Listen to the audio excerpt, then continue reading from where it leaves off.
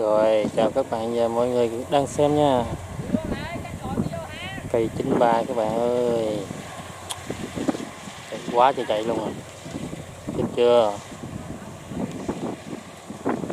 93 chạy cỡ này thôi chứ.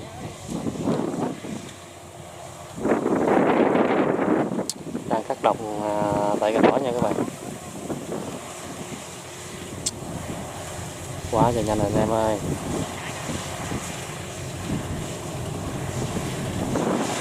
Xài chim hơi tối các bạn không cản nha. Quá trời nhanh luôn rồi.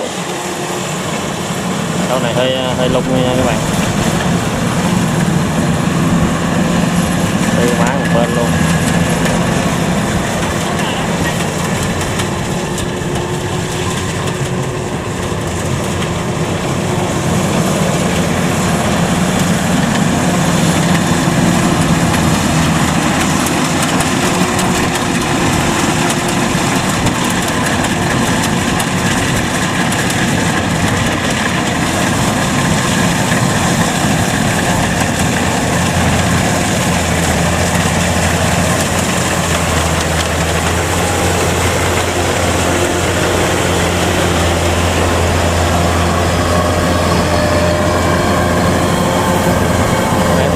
Các ở đồng cà đỏ nha các bạn, cà đỏ đầu thư các bạn ơi.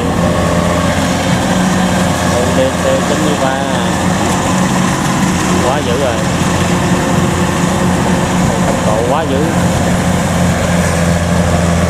đó bạn thấy chưa?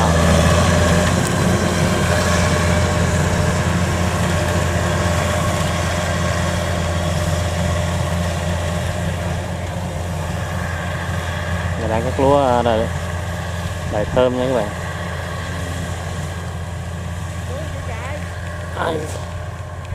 Cái khu này cũng rất dài nha, mà hai chủ.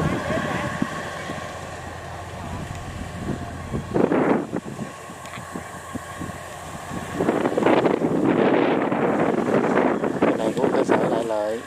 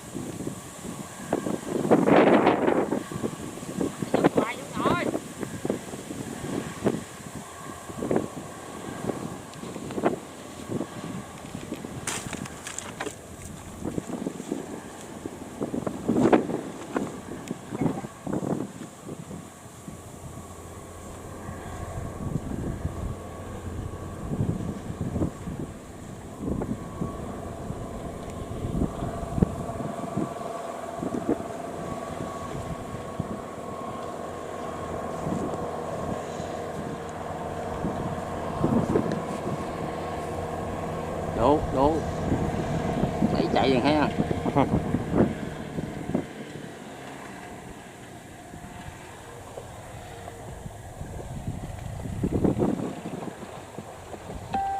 Đổ giật mình phải tôi tưởng đâu nào đổ tôi tính né rồi đó.